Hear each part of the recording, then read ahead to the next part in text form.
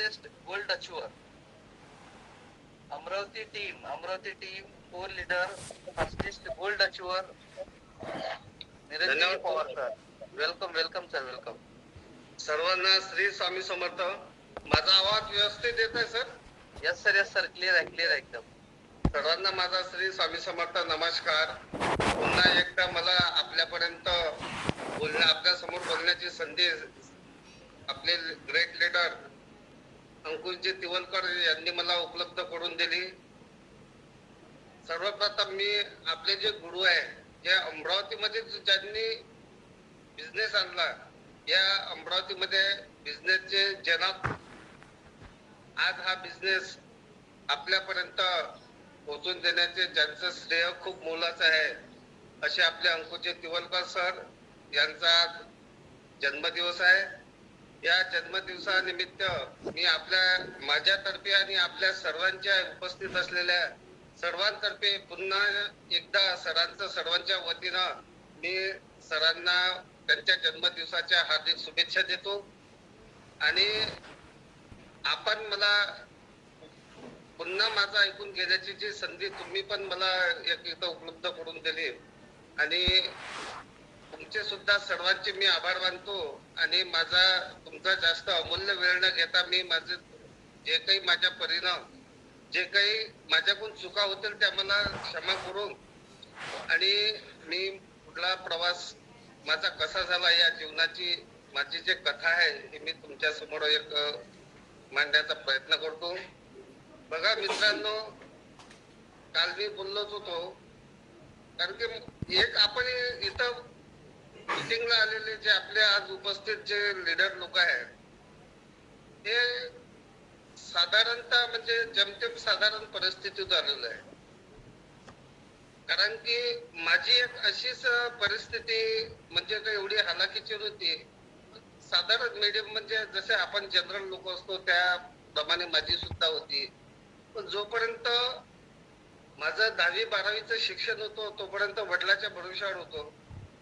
आणि प्रत्येक माणूस हा 18-19-20 वर्षापर्यंत हा एक अज्ञानच असल्यासारखा असतो. कारण की एवढं समाजाचं, मार्केटचं कोणतंही ज्ञान नसतं. जोपर्यंत आई वडील असतात तोपर्यंत आपल्याकडे त्या जबाबदाऱ्या येत नाही.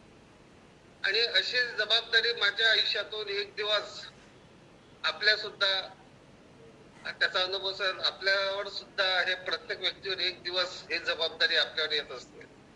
अशीच जबाबदारी माझ्यावर आली ती माझे आई वडील 2012 मध्ये मरण पावले. त्याच्यानंतर ही जबाबदारी माझ्यावर आली. विशेष सांगायचं असं म्हणले, माझं शिक्षण BA फायनल झालेलं आहे. BA फायनल झाल्यानंतर माझं कुटुंब हे शेतकरी, माझे आई वडील शेतकरी होते आणि मी शेतकरी कुटुंबातलाच आपल्यासारखाच एक साधारणसा व्यक्ती आहे. आणि माझ्या आई वडिलांनी खूप कष्ट करून माझ्या आई वडिलांनी जे स्वप्न पाहिले होते की माझा मुलगा शिकून हा काहीतरी बनावा, अशी माझ्या आई वडिलांची इच्छा होती. आणि प्रत्येक आई वडिलाच्या आपल्या मुलांप्रती ही इच्छा असते का आपला मुलगा आयुष्यामध्ये खूप मोठा झाला पाहिजे, अशी इच्छा माझ्या वडिलांची सुद्धा होती, आई वडिलांची सुद्धा होती. मी पण त्याच्यासाठी खूप प्रयत्न केले. खूप शिक्षण घेतलं, चांगल्या पद्धतीने शिक्षण घेतलं, बाहेर ठिकाणी शिक्षण घेऊन चांगले हे केले. पण कुठेतरी एक असं मार्गदर्शन कमी पडल्यामुळं मी ते यश संपादन करू शकलो नाही, ते यशापर्यंत मी पोहोचू शकलो नाही. कारण की माझ्या जीवनातले जो चान्स होते ते निघून गेले होते. आणि मी BA शिक्षण झाल्यामुळं त्याच्यानंतर शिक्षण घेत असताना योग्य मार्गदर्शन नसल्यामुळं मी शेवटी एजबार झालो. म्हणजे माझं वय नोकरीच्या याच्यातून निघून गेलं. त्या संधीला मी माझ्या वय सुद्धा निघून गेलं. माझा जो वेळ होता आयुष्यातला तो कधी निघून गेला हा मला कळला नाही. पण कुठंतरी खंत होती. आणि आई वडील वाढल्यानंतर असं मनाला वाटत होतं का आपण आई वडील जिवंत असताना आपण आपल्या आई वडिलाची इच्छा पूर्ण करू शकलो नाही आणि ते दिवस आपण आपल्या आई वडिलांना देऊ शकलो नाही. अशातच मग एक विचार ठरला की आपण जर त्याच्यानंतर माझे जे फॅमिली झालं म्हणजे लग्न झाल्यानंतर मुलं बाळ झालं, संसार थाटल्यानंतर आणखी जबाबदाऱ्या वाढल्या.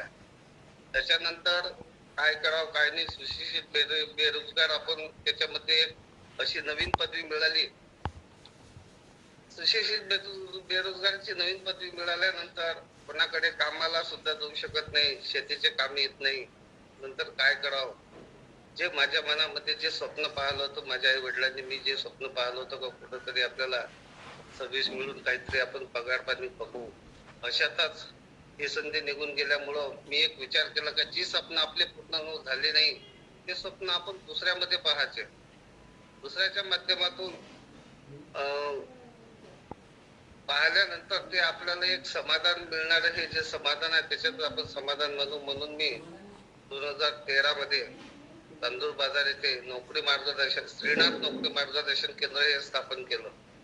कारण की मी ठरवलं होतं का आपण जरी आपल्या याच्यातून संधी गेली तर ज्या चुकीमुळे ज्याचं योग्य मार्गदर्शन न मिळाल्यामुळे आपल्या हातातून ही संधी निघून गेली. म्हणून मी निश्चय केला की आपण अशा जे बाकीचे जे बेरोजगार मुलं आहेत, जे शिक्षण घेत आहेत, ते सुद्धा आपल्या सर्वसाधारण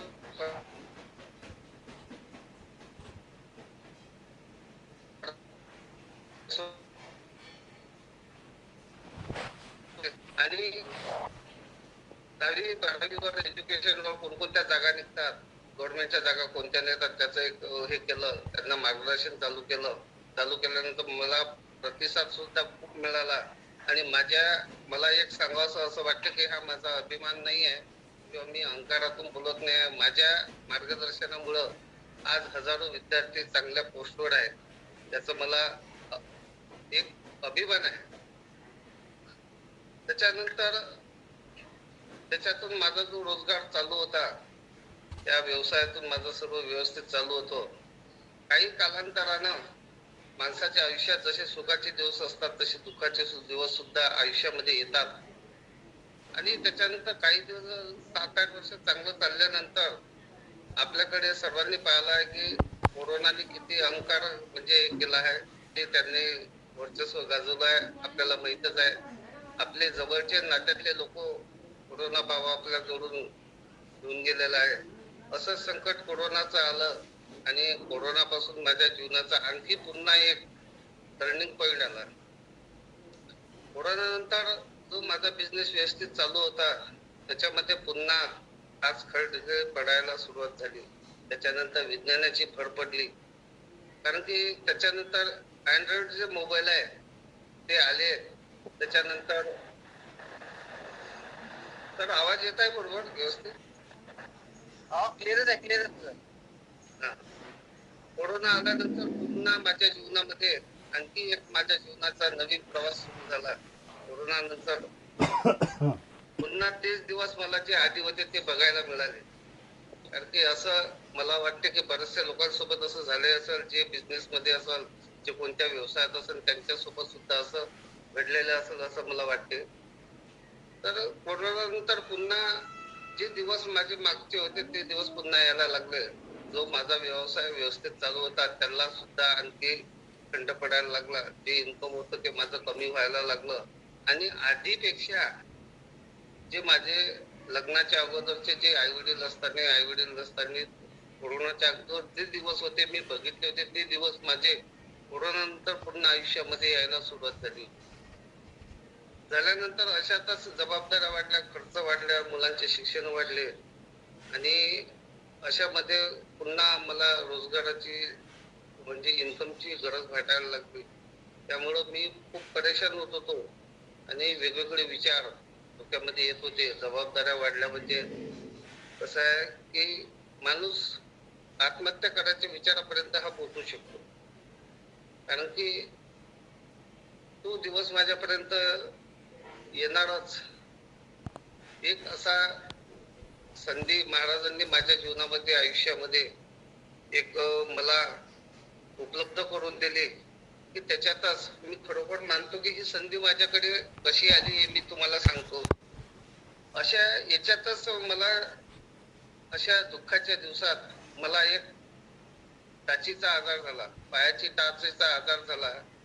पायाच्या टाचेपासून मी खूप 2-3 महिने बेडवर होतो आणि हे एक मला महाराजांनी दिलेला एक प्रसादच आहे आणि ते माझ्यासाठी जीवनाचं उज्ज्वल करण्याचा आणि माझं आयुष्याचा शेवटचा टर्निंग पॉइंट होता असं मला वाटते. अशातच मला टाचीचा आजार झाला. आजार झाल्यानंतर मी अमरावतीला ट्रीटमेंट केली डॉक्टर लाहोटीकडे. लाहोटी सरांनी मला शेवटचा इलाज म्हणून हा सर्जरी करण्याचा एक सल्ला दिला. सर्जरी करण्याची सुद्धा परिस्थिती माझ्याकडे नव्हती. या घटनेला जास्त दिवस झाले नाही, फक्त 2 वर्षाचा हा कालावधी आहे. या 2 वर्षाच्या अगोदर मला सर्जरी करण्याचा एक सल्ला दिला. सर्जरी करण्याची सुद्धा माझी परिस्थिती नव्हती. अशातच हे स्वामी महाराजांचं आपलं समर्थ सक्सेसचं जे प्रॉडक्ट आहे हे माझ्या शेजारी एका बाईकडे होतं. त्यांनी ते मला माझ्यापर्यंत पोहोचवलं. पोहोचवल्यानंतर माझं ते आर्थो पावडरचं जे 3 पाऊच असतात, त्या 3 पाऊच आणि 3 टॅबलेटने माझं पूर्ण जीवनाचं आयुष्य चेंज करून टाकलंय. हे जर माझ्या जीवनामध्ये 3 पाऊच आले नसते तर मी आज तुमच्या समोर आणि एवढं माझं धाडस नसतं की आज तुम्हाला तुमच्या समोर एवढं शेअरिंग करण्याचं मला भाग्य आज लाभलेलं नसतं. त्या 3 पाऊचने माझं जीवन बदललं. त्या 3 पाऊच पासून मी सुरुवात केली. त्याच्यानंतर मी घेतलो, मी बरा झालो. बरा झाल्यानंतर माझे जे आयुष्यामध्ये जे गुरु आहे मनोहरजी चडोगर सर, राहुलजी ठोसर सर आणि अंकुश टिवलकर सर, हे 3 ब्रह्मा विष्णू महेश माझ्या जीवनात अवतरले आणि त्यांची संगत जडली. त्याच्यानंतर यांच्या संपर्कामध्ये येऊन जे शिकायला मिळालं, जे मी आधी शिकलो नव्हतो, समाजाचा जो माझा कॉन्टॅक्ट झाला, समाजाबद्दल कसं वागायचं, कसं बोलायचं, हे सर्व मला शिकवण्याचे जे श्रेय आहे हे माझे गुरु, माझे हे 3 ब्रह्मा विष्णू महेश यांच्या माध्यमातून मी आज खूप बरंच काही मला शिकवलं आणि आपल्यापर्यंत हा माझ्या आयुष्यातला जो यशाचं जे रहस्य आहे हे या तिघांमुळे आहे.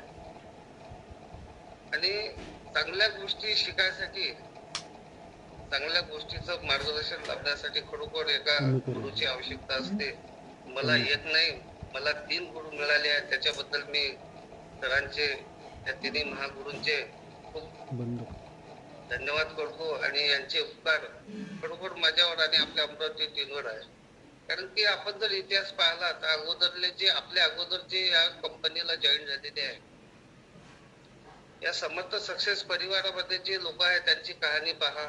त्या लोकांनी किती संघर्ष केला की त्यांना जे आज आपल्याला आपल्या अपलाईन उपलब्ध आहे ते त्यांच्या वेळेस नव्हते. त्यांच्या वेळेस एवढे प्रॉडक्ट पण नव्हते आणि एवढे सेमिनार नव्हते, एवढे त्यांच्या मीटिंगा होत नव्हत्या, एवढ्या झूम मीटिंग होत नव्हत्या. तरी पण ते आज त्या लेवल पर्यंत पोहोचले आहे. आज आपल्यापर्यंत आपले लीडर, प्रत्येकाचा लीडर हा एक अनुभवी लीडर आहे आपल्याला लाभलेला. कारण की आपले जे अपलाईन असतात हे कुठून तरी ज्ञान घेऊन आलेले असतात आणि आपण या आपल्या लीडर बद्दल प्रत्येकाचे जे जे काही आपले काही अपलाईन असेल, खरोखर आपल्या अपलाईनचे धन्यवाद माना आणि त्यांचे आपल्यावर असलेले प्रेम हे आपल्याला आपल्या अपलाईन कडून पाहायला मिळते. कारण की माझे सुद्धा मी खरोखर हे मानतो की आज आपल्या याच्यामध्ये खूप आपल्याला ऍडव्हान्स नॉलेज मिळत आहे.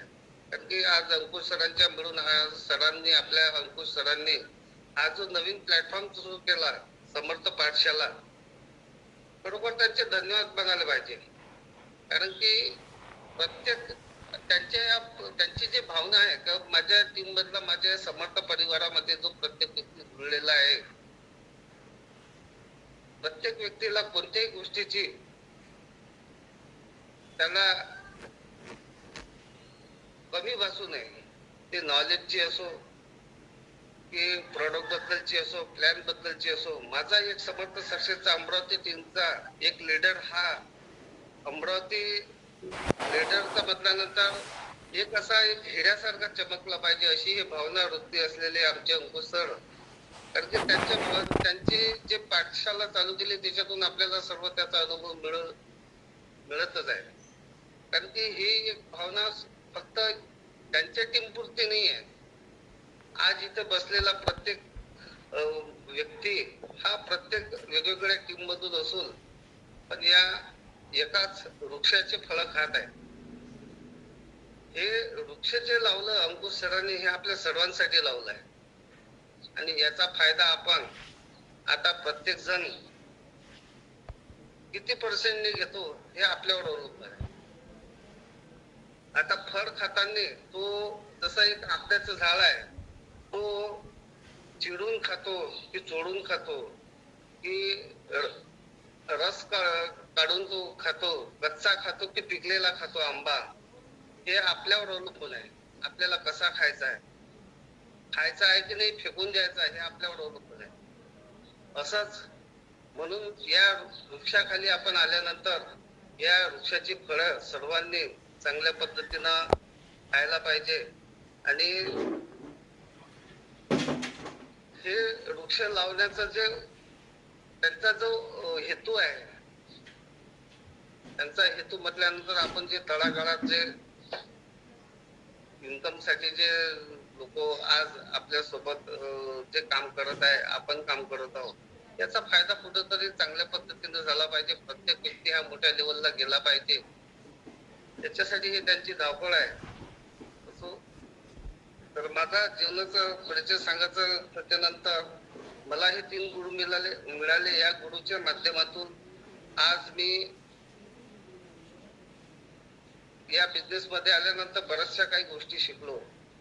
मार्केटमध्ये कसं राहायचं, कसं बोलायचं, कसे कसे लोक मिळतात याचा पूर्ण अनुभव या समर्थ सक्सेस मध्ये आल्यानंतर मला झालेला आहे. आणि मी आज माझं जे गोल्ड अचीव झाले आहे याचं जे श्रेय आहे, मी हे माझं श्रेय आहेच नाही. मी जे गोल्ड अचीवमेंट माझी जी झाली आहे हे माझे जे गुरु आहे, ते मनोहरजी चढोबा सर, राहुल ठोसर सर, अंकुश तिवलकर सर, हे श्रेय त्यांना आहे. आणि माझे जे सहकारी आहे, जे माझ्यासोबत रात्रंदिवस माझ्या खांद्याला खांदा लावून सतत माझ्या सोबत असतात, हे श्रेय त्यांचं आहे. हे श्रेय माझं एकट्याचं नाही आहे. माझ्या सोबत काम जे असणारे जे माझे सहकारी आहे, टीमचे सहकारी आहेत, त्यांना जाते. आणि माझ्या गुरूंनी जे मला सांगितलं, माझ्या अपलाईनने जे सांगितलं, तुम्ही सरांच्या याच्यावर जे आपले गुरु सांगतात हे आपल्या कल्याणासाठी सांगतात, आपल्या भल्यासाठी सांगतात. जर त्यांना जर तुम्ही सरेंडर झाले, त्यांच्या मनाने जर ऐकलं, तर आज आपण इथं प्रत्येक माणूस हा खूप मोठ्या शिखरावर पोचतो. कारण की माझे जे गुरूंनी जे मला सांगितलं, आणि बिझनेस मध्ये आल्यानंतर जर मोठं व्हायचं असेल तर स्वतःला पहिले बदलायला पाहिजे. नुसतं जॉईनिंग होऊन, नुसतं आयडी खोलून तिथं माणूस मोठा होत नाही. माणूस मोठं होण्यासाठी पहिले स्वतःला बदलावं लागेल. हे खूप महत्वाचं आहे. हे माझ्या गुरूंकडून मी शिकलेलं आहे. कारण की स्वतःमध्ये परिवर्तन करायला आपण तयार नाही आहे आणि स्वप्न घेऊन आलो आहे करोडो रुपयाचे, लाखो रुपयाचे, शक्य नाही आहे. जर माणसाला जर खरोखर आयुष्यामध्ये मोठं व्हायला लागेल तर पहिले आपल्याला स्वतःला बदलावं लागेल, स्वतःमध्ये चेंजेस करायला लागेल, तरच आपण दुसऱ्याला चेंजेस करू शकतो. आपल्यामध्ये जर आपण स्वतः चेंजेस केले तर आपण दुसऱ्याचे जीवनामध्ये चेंजेस करू शकतो. जर आपल्यात चेंजेस नाही तर आपण दुसऱ्याला काय चेंज करणार आहे, दुसऱ्याचं आयुष्य काय आपण घडवणार आहे. आणि अशातच माझ्या गुरूंचं मार्गदर्शन, गुरूंचं जे मला सांगितलं, जी आज्ञा माझ्यावर लादली गुरूंनी, ती मी कधीच नाही म्हटलं नाही. सरांनी मला सांगितलं का सर तुम्हाला हे करावं लागते, उद्याच मीटिंग लावावं लागते. येस सर, कधी नो म्हटलं नाही. ते 5 लोक असे काय 10 लोक असे काय, मी हे कधीच सरांना म्हटलं नाही का सर आता 3 वाजले तुम्ही आज सांगून राहिले उद्या मीटिंग लावायला, होम मीटिंग घ्यायला. तर शक्य होईल का? मी सरांना रोज येस सर, माझ्या तोंडातून येस सरच निघालाय. आणि त्याची तयारी मी कशी करत होतो, काय करत होतो, याचा अनुभव आपल्या टीम मध्ये, आमच्या टीम मध्ये आमच्या गुरुला माहितच आहे. आणि रोज फील्डवर असणारा व्यक्ती म्हणजे मी माझ्या स्वतःसाठी मला इन्कम आलं पाहिजे याच्यासाठी मी रोज सकाळी फील्डवर नाही जात. मी फील्डवर जातो माझ्या टीम मधल्या लोकांसाठी. आणि फील्डवरल्या लोकांसाठी याच्यासाठी जातो की माझ्या सोबतचे लोक आले आहेत, जे माझ्यावर विश्वास घेऊन जे लोक आलेले आहेत, मला त्यांना खूप मोठं करायचं आहे. कारण की माझ्या गुरुने सांगितलं आहे की पवार सर, इथं आपण स्वतःसाठी काम करायचं नाही. हा बिझनेस स्वतःसाठी काम करण्याचा नाही आहे, हा बिझनेस दुसऱ्यांना मोठं करण्याचा बिझनेस आहे. आणि तेच मी केलं. आणि ते शब्द मी ऐकून त्या दिवसापासून माझ्याकडे माझ्या वागणुकीमुळे माझ्या कामामध्ये मी चेंजेस केले. जसं मला सरांनी सांगितलं की पवार सर, हा आपला स्वतःचा बिझनेस नाही आहे, स्वतःला इन्कम कमवण्यासाठी हा बिझनेस नाही आहे. दुसऱ्याला इन्कम कमवू द्या, दुसऱ्यासाठी झटा, दुसऱ्यासाठी काम करा. दुसऱ्याच्या घरातला जोपर्यंत दुसऱ्याच्या घरात तुम्ही आनंद देणार नाही तोपर्यंत आपल्या घरामध्ये आनंद येणार नाही. हे माझ्या गुरूंचे शब्द ऐकून त्या दिवसापासून मी माझ्या आयुष्यामध्ये चेंजेस केले. आणि दुसऱ्यांसाठी मी आज सकाळपासून तर संध्याकाळपर्यंत जेवढे काही माझ्याकडून वर्क होते हे मी दुसऱ्यासाठी घराच्या बाहेर निघतो. आणि दुसऱ्याच्या घरामध्ये, माझ्या खालच्या डाऊनलाईनच्या घरामध्ये जास्तीत जास्त इन्कम कसं येईल त्याच्याकडे माझं लक्ष असतं. आणि मी धन्य समजतो की मी आज माझ्या, आणि मला एक समाधान आहे की माझ्या हातून, कारण की जे आपल्याला ऋण फेडायचं असते आल्या जन्मामध्ये, फक्त मुलं, बायको, गाडी, बंगला हे सुख नसून आपलं निसर्गासाठी सुद्धा आपल्यावर ऋण आहे, समाजाचं ऋण आहे. हे सुद्धा फेडण्याची मला एक दुसऱ्यांचं सामाजिक कार्य करण्याची सुद्धा या संधी आहे बिझनेस मधून मिळत आहे. म्हणून आपण स्वतःचाच एक स्वार्थ न पाहता, मी आज एक बोलतो की उद्यापासून तुम्ही दुसऱ्यांच्या खालच्या घराच्या म्हणजे लिडरच्या घरामध्ये 1000 रुपयाचा चेक तुम्ही स्वतःहून त्याच्या घरामध्ये आणून पहा, त्याच्या खाली आयडिया लावून पहा, डाऊनलाईनच्या खाली जे आपले सहकारी आहे त्यांच्या घरी 2000 रुपयाचा चेक त्यांच्या अकाउंटला जाऊ द्या. त्याच्यानंतर त्याच्या चेहऱ्यावरला त्याला विचारा का आज सर तुम्हाला किती रुपयाचा चेक आला. तो म्हणेल की सर मला 2000 रुपयाचा चेक आला, पण सर मी काहीच तर नाही केलं, पण माझ्याकडे चेक कसा काय आला. हे त्याच्या चेहऱ्यावरला जे हसू आहे, हे त्याच्या चेहऱ्यावरला जो आनंद आहे, तो त्याचा आनंद पाहून आपल्याला किती बरं वाटते हे पहा. आणि आपण दुसऱ्यासाठी काहीतरी केलं याचं समाधान त्याच्यापेक्षाही आपल्याला एक खूप असा एक आनंद देऊन जातो. कारण की स्वतःच दुःख पाहायला पेक्षा दुसऱ्याचं दुःख पहा, त्याच्या घरची परिस्थिती पहा. कारण की असं जर केलं तर तो प्रत्येक लीडर हा आपल्यासोबत जुळून राहील. आणि एक आपण स्वतःचं नाव मोठं करून घ्यायसाठी आपल्याला दुसऱ्याचं नाव पहिले मोठं करावं लागेल. आपण पाहतो की लोक सोडून जातात. का सोडून जातात? त्याला सर्वस्वी जबाबदार आपणच आहोत. आपल्यासोबत आपले लीडर चांगल्या विश्वासानं आपल्यासोबत 1 महिना 2 महिना 2 महिने 3 महिने राहतात. नंतर आपलाच व्यक्ती, आपल्या जवळचा आपण केलेला जॉईन केलेला व्यक्ती हा सोडून देतो. का सोडून देतो? कारण की त्याला जे आपण जॉईन करताना जे स्वप्न दाखवले, तर आपण दोघं मिळून आपण तुझे जे स्वप्न आहे आपण पूर्ण करू. जे आपण त्याला वचन दिलं आहे त्याला आपण त्या वचनाला खरोखर आपण त्याचा हे करत आहोत का हे आपण शोधलं पाहिजे. मी माझ्या खालच्या लोकांना माझ्यासोबत काम करणारा नवीन व्यक्ती आहे त्याला मी सांगितलं की सर, तुमचं जे आज परिस्थिती आहे या परिस्थितीमध्ये मी सुद्धा तुम्हाला हातभार लावणार आहे. तुमची परिस्थिती सुधारण्यासाठी मी सुद्धा वचनबद्ध आहोत. त्या वचनाला आपण खरोखर आज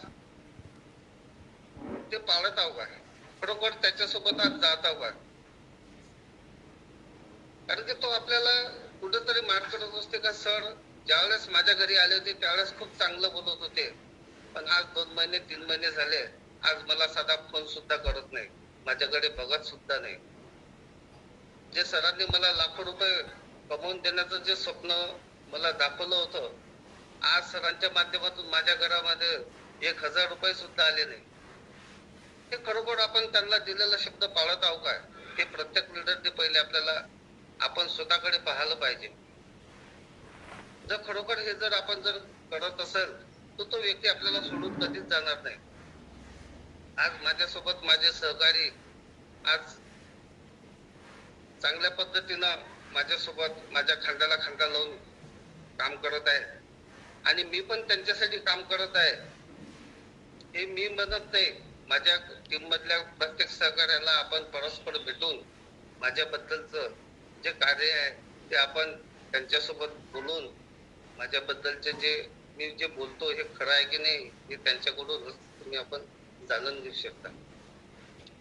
कारण की आपण मोठं व्हायचं स्वप्न पाहून राहिलो, पण आपण जे दुसऱ्याला दाखवलेली स्वप्न हे आपण पूर्ण करून राहिलो का, याच्याकडे पाहणं खूप महत्वाचं आहे.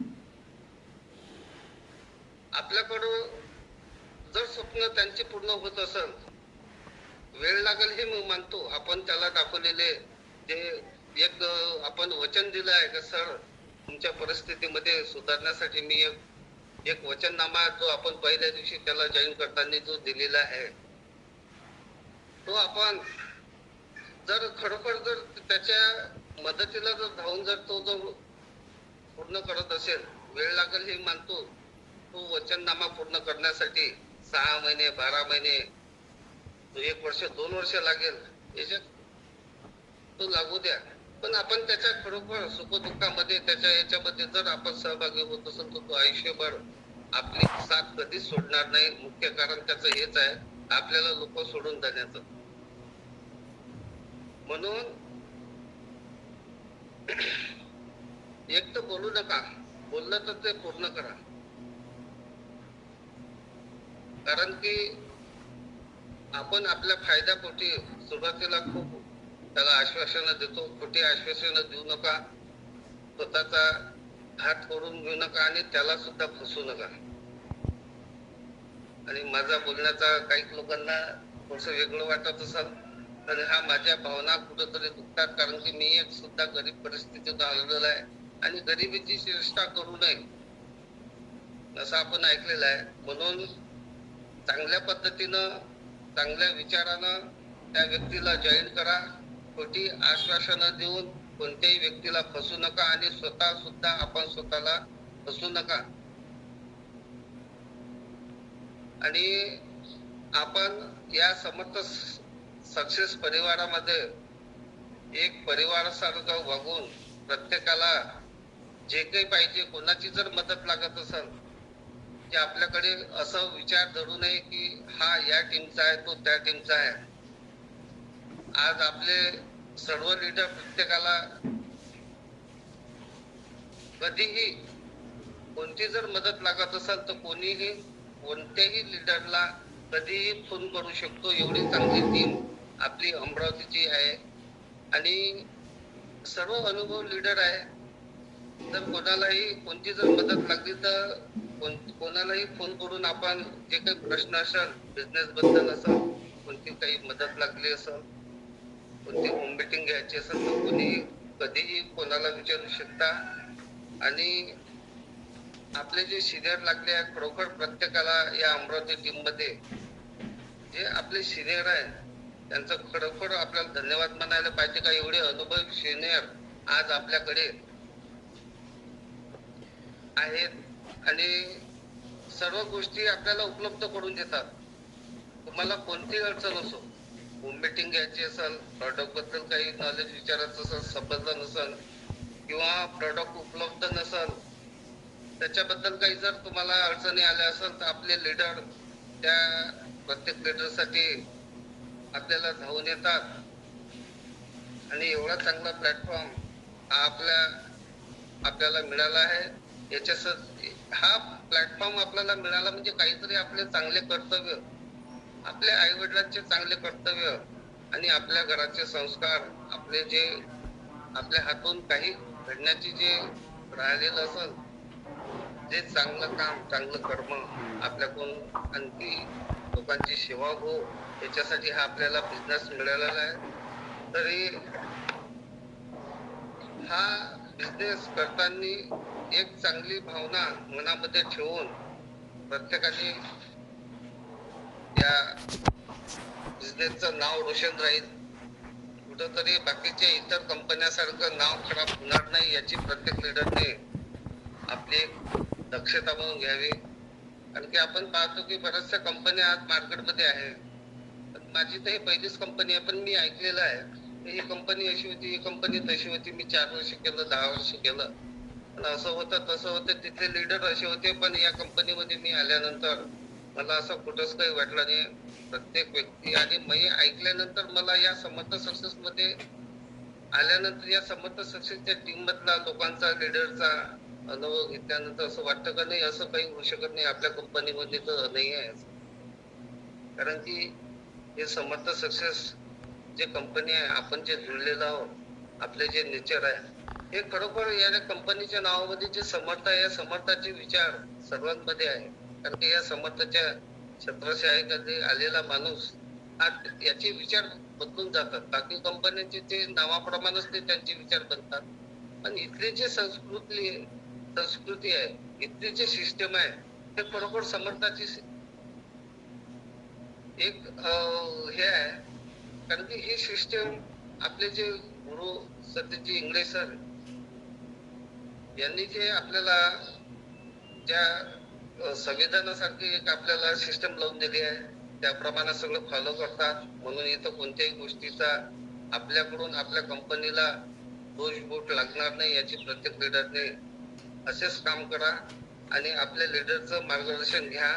आणि आज मला पुन्हा माझे जे गुरु आहे अंकुश तिवरकर सर यांनी मला तुमच्या समोर जी संधी उपलब्ध करून दिली आणि आपण चांगल्या पद्धतीने मला ऐकून घेतलं आणि माझ्याकडून बोलताना काही अवधानानं जर माझ्या तोंडातून काही शब्द वाईट असे निघायला लागले असेल, कोणाचं मन दुखवलेलं असेल तर मी क्षमा मागतो. आणि मला एक आपलाच मित्र म्हणून, आपला एक बंधू म्हणून मला क्षमा कराल. तरी मी इथेच थांबतो. श्री स्वामी समर्थ.